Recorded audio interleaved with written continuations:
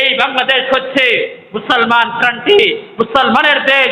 এই বাংলাদেশের মধ্যে কোনো নাস্তিক, কোনো বেঈমান ইসলামের বিরুদ্ধে কথা বলবে, আমার নবীর ইজ্জতকে নিয়ে তারা হেচ্ছা করবে, আমার নবীকে নিয়ে বিভিন্ন ভাবে কথা বলবে, আমার নবীর বিরুদ্ধে কালিমার লেপ লেপন করবে, এটা কোনো মুসলমান সহ্য করতে পারে না। কথা ঠিক না ঠিক?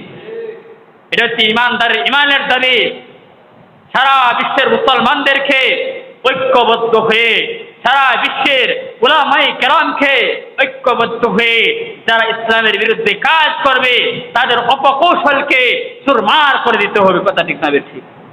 এটাই হচ্ছে ইমানের দাবি। এই বাংলাদেশ হচ্ছে মুসলমান কান্ট্রি, মুসলমানের দেশ। এই বাংলাদেশের মধ্যে কোনো নাস্তিক, কোনো বেঈমান ইসলামের বিরুদ্ধে কথা বলবে, আমার নবীর ইজ্জতকে নিয়ে তারা হেচ্ছা করবে, আমার নবীকে নিয়ে বিভিন্ন ভাবে কথা বলবে, আমার নবীর বিরুদ্ধে